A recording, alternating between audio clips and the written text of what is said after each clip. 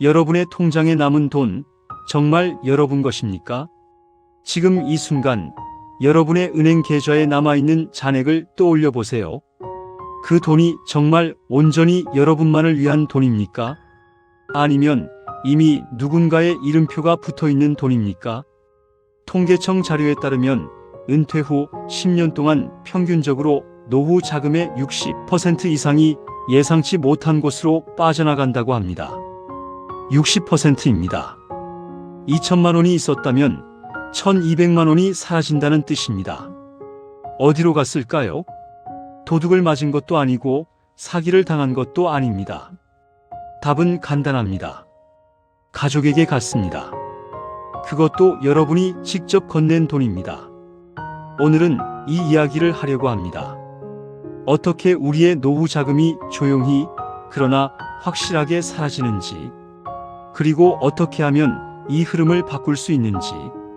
자, 이제부터 아주 익숙한 풍경을 하나씩 떠올려 보겠습니다.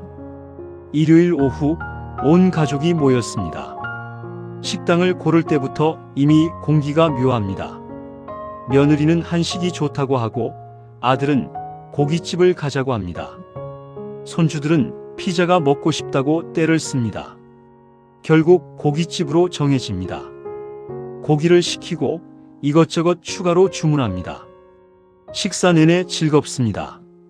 손주들이 깔깔 웃고 아들 내외도 오랜만에 편안한 얼굴입니다. 그런데 식사가 끝나갈 무렵 공기가 또 묘해집니다. 아무도 계산대를 보지 않습니다. 아들은 갑자기 화장실에 가고 싶다고 합니다. 며느리는 손주들을 챙기느라 바쁜 척합니다. 그때 여러분이 자리에서 일어납니다. 누가 시킨 것도 아닌데 당연하다는 듯이 지갑을 꺼냅니다. 계산을 마치고 나오는데 며느리가 말합니다. 아버님, 죄송해요. 다음엔 저희가 살게요. 다음엔, 그 다음은 언제 올까요? 아마 다음에도 똑같은 풍경이 반복될 겁니다. 15만 원입니다. 한 달에 한 번이면 1년에 180만 원입니다. 작은 돈이 아닙니다. 그런데 이게 끝이 아닙니다. 어느 날 아들이 찾아옵니다. 평소와 다르게 표정이 진지합니다. 한참을 말을 돌리다가 마침내 꺼냅니다. 아버지, 사실은요. 사업을 하나 시작하려고 하는데요. 그 순간 여러분의 심장이 철렁 내려앉습니다. 사업. 그 단어를 듣는 순간 이미 앞으로의 전개가 보입니다. 아들은 말을 이어갑니다. 이번엔 정말 확실한 거예요. 지인이 하는 건데 이미 잘 되고 있는 사업이에요. 저만 들어가면 바로 수익이 나요. 초기 투자금만 있으면 되는데 2천만 원 정도면 돼요. 2천만 원. 여러분은 마음속으로 계산을 시작합니다. 예금에 3천만 원 있고 적금이 500만 원 있고 2천만 원을 주면 1,500만 원 남는구나. 그런데 아들의 눈빛이 간절합니다. 이번엔 진짜 잘 될 것 같아요, 아버지.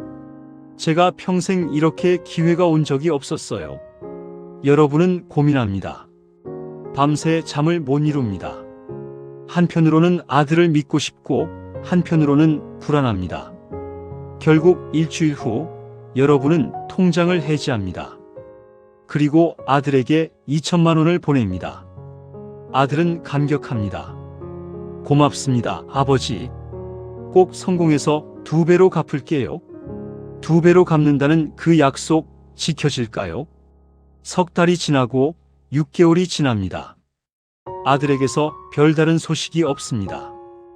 여러분이 먼저 물어보기도 뭐합니다. 혹시 사업이 안 되는 건 아닐까 걱정되지만 차마 묻지 못합니다. 1년쯤 지나서 아들이 찾아옵니다. 미안해요, 아버지. 생각보다 잘 안 됐어요. 2천만 원은 어떻게 됐냐고 묻지 못합니다. 아들의 어깨가 축 처진 모습을 보면 그 돈은 이미 돌아오지 않는다는 걸 압니다. 여러분의 노후 자금 2천만 원이 그렇게 사라집니다. 이번엔 손주 이야기를 해보겠습니다. 손주가 여러분을 찾아올 때마다 가슴이 뛰입니다. 할아버지, 할머니. 그 목소리만 들어도 기분이 좋아집니다. 손주가 말합니다. 할아버지, 친구들이랑 놀러 가고 싶은데요. 얼마 필요한데? 10,000원이요? 여러분은 웃으며 10,000원을 줍니다. 아니, 어쩌면 20,000원을 줄지도 모릅니다. 친구들이랑 맛있는 것도 사 먹으라고. 손주가 좋아하며 나갑니다. 할아버지 최고. 그런데 일주일에 2번 오면 20,000원, 한 달이면 80,000원입니다. 1년이면 960,000원입니다. 손주가 둘이면 그 2배입니다. 하지만 이게 문제가 아닙니다. 진짜 문제는 따로 있습니다. 손주가 커갈수록 필요한 돈이 커진다는 겁니다. 처음엔 10,000원이었습니다. 그 다음엔 학원비를 보태달라고 합니다. 100,000원만요. 그 다음엔 대학 등록금이 부족하다고 합니다. 500,000원만 빌려주세요. 빌려준다는 그 500,000원 돌려받을 수 있을까요? 여러분은 압니다. 그 돈은 빌려주는 게 아니라 주는 거라는 걸. 이렇게 조금씩 여러분의 통장은 비어갑니다. 그런데 말입니다. 정작 여러분 자신을 위해서는 돈을 쓰지 못합니다. 치과에 가야 하는데 자꾸 미룹니다. 100,000원이 넘는다는 말에 발걸음이 떨어지지 않습니다. 무릎이 아파서 병원에 가야 하는데 일단 파스로 버팁니다. 겨울 외투가 낡았는데 작년 것을 또 입습니다. 친구가 여행 가자고 하는데 돈이 아까워서 거절합니다. 왜 그럴까요? 왜 가족에게는 아낌없이 주면서 정작 자신에게는 돈 한 푼 쓰지 못하는 걸까요? 죄책감 때문입니다. 나만 편하게 살 수 없다는 죄책감. 자식들이 힘든데 나만 여행을 간다는 게 미안한 마음. 손주들이 학원을 다니는데 내가 옷을 사는 게 사치스러운 것 같은 기분. 그래서 여러분은 참습니다. 조금 더 참습니다. 그러다 어느 날 깨닫습니다. 통장에 남은 돈이 생각보다 적다는 걸. 은퇴할 때 5,000,000원이 있었는데 10년이 지나니 1,000,000원밖에 안 남았습니다. 4,000,000원이 어디로 갔을까요? 큰 돈을 쓴 기억이 없는데 돈은 사라졌습니다. 이게 바로 오늘 제가 말씀드리고 싶은 현실입니다. 여러분의 노후 자금은 도둑맞은 게 아닙니다. 사기당한 것도 아닙니다. 여러분이 직접 기꺼이 가족에게 준 돈입니다. 하지만 이제는 멈춰야 합니다. 왜냐고요? 여러분이 노후 자금을 다 써버리면 결국 누가 고생할까요? 자식들입니다. 여러분이 병원비를 감당 못하면 누가 내야 할까요? 자식들입니다. 여러분이 요양원비를 낼 수 없으면 누가 부담해야 할까요? 자식들입니다. 지금 당장 아들의 사업자금을 대주는 게 도움이라고 생각하십니까? 아닙니다. 진짜 도움은 여러분이 스스로 자립하는 겁니다. 여러분의 노후를 여러분이 책임지는 겁니다.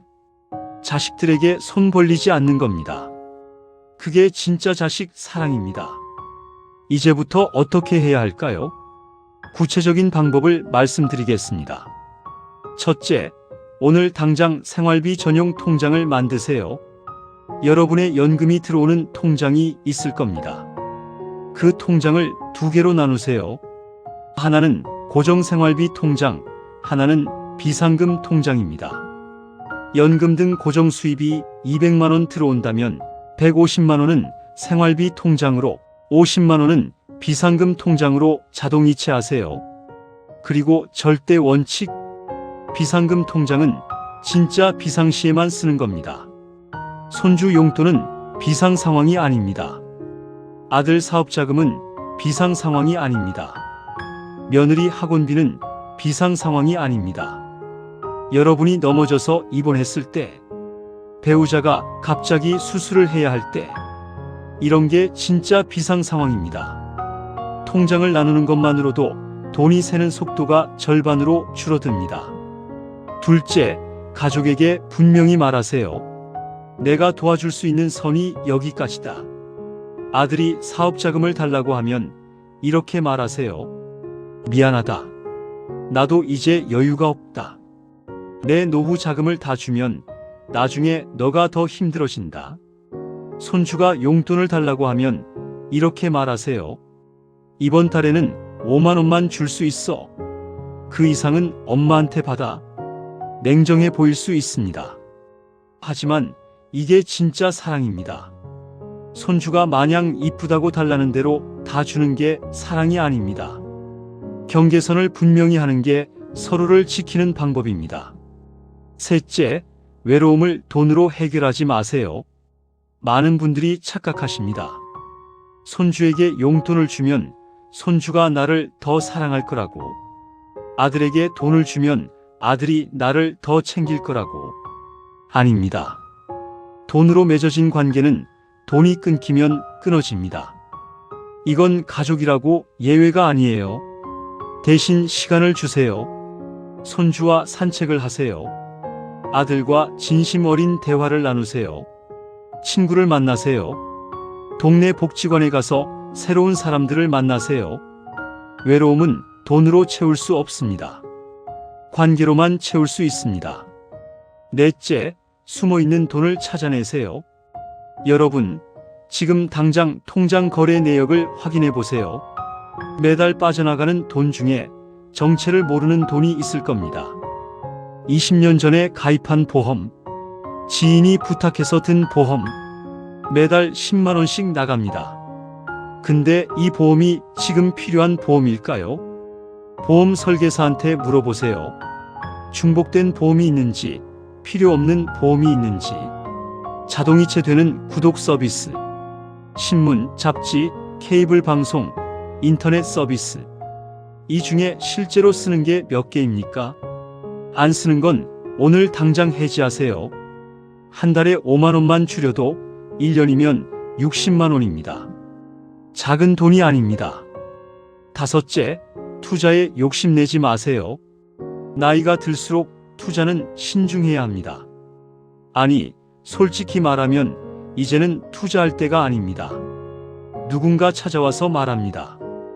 이 상품에 투자하시면 연 10% 수익을 드립니다. 솔깃합니다. 1,000만 원 넣으면 1년에 100만 원을 번다는 뜻이니까요. 하지만 생각해 보세요. 요즘 은행 금리가 3%도 채 안 됩니다. 근데 10%를 준다고요? 그만큼 위험하다는 뜻입니다.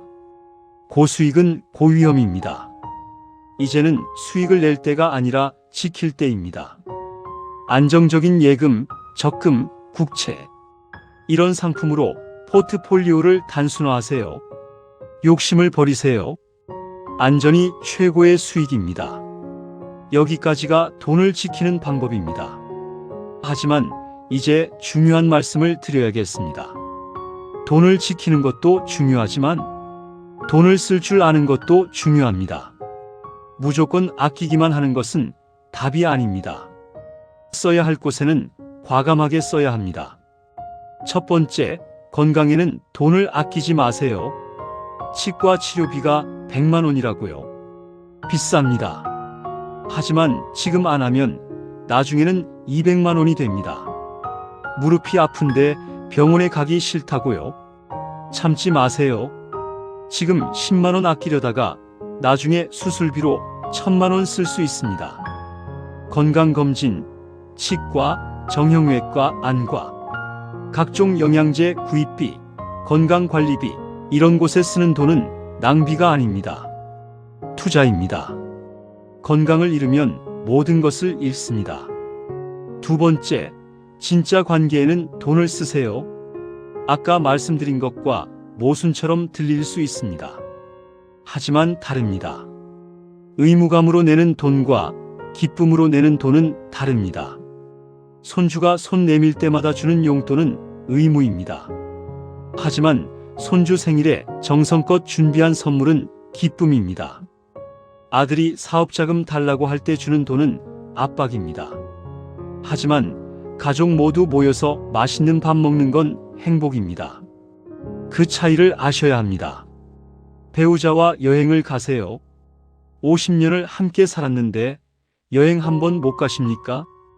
100만 원 들어도 가세요. 그 추억은 돈으로 환산할 수 없습니다. 친구와 밥을 먹으세요. 3만 원짜리 밥이 아깝습니까? 친구와의 시간은 그 이상의 가치가 있습니다. 세 번째, 나 자신을 위해 쓰세요. 새 옷 한 벌 사는 게 사치입니까? 아닙니다. 거울을 보면서 스스로 만족스러운 모습을 보는 것. 그게 얼마나 중요한지 아십니까? 카페에서 커피 한 잔 마시는 게 낭비입니까? 아닙니다. 여유로운 오후 1시 카페 창가에 앉아서 사람들 구경하는 것. 그게 얼마나 소중한 시간인지 아십니까? 작은 것들이 우리를 지탱합니다. 네 번째, 배움에 투자하세요. 나이 들었다고 배울 수 없는 건 아닙니다. 스마트폰 사용법을 배우세요. 컴퓨터 강좌를 들으세요. 악기를 배우세요. 그림을 그려보세요. 새로운 것을 배운다는 건 뇌를 젊게 유지하는 방법입니다. 그리고 새로운 세상과 연결되는 방법입니다. 배움에 쓰는 돈은 절대 아깝지 않습니다. 정리하겠습니다. 돈은 인생의 주인공이 아닙니다. 하지만 없으면 인생이 무너집니다. 많이 버는 게 중요한 게 아닙니다. 잘 쓰고, 잘 지키고, 잘 나누는 게 중요합니다. 여러분의 노후 자금은 여러분을 위한 겁니다. 자식을 위한 게 아닙니다. 자식을 사랑한다면 스스로 자립하세요. 그게 진짜 사랑입니다. 손주가 귀엽다면 돈이 아니라 시간을 주세요. 그게 진짜 사랑입니다. 이제 돈에 끌려다니는 인생이 아니라 돈을 다스리는 인생을 사세요. 여러분의 통장이 아니라 여러분의 마음이 여유로운 노후를 만드세요. 그것이 진정한 노후의 여유입니다. 여러분 자신 외에 그 누구에게도 호구가 되지 마세요. 돈을 쓸 때 여러분이 주체가 되세요. 그 무엇에도 여러분이 주체가 되세요. 여러분의 인생을 응원합니다. 이 글이 여러분 인생에 작은 도움이라도 되었다면 좋아요와 구독 눌러주실 거죠? 여러분의 작은 관심이 저에겐 큰 힘이 됩니다. 감사합니다. 건강하세요.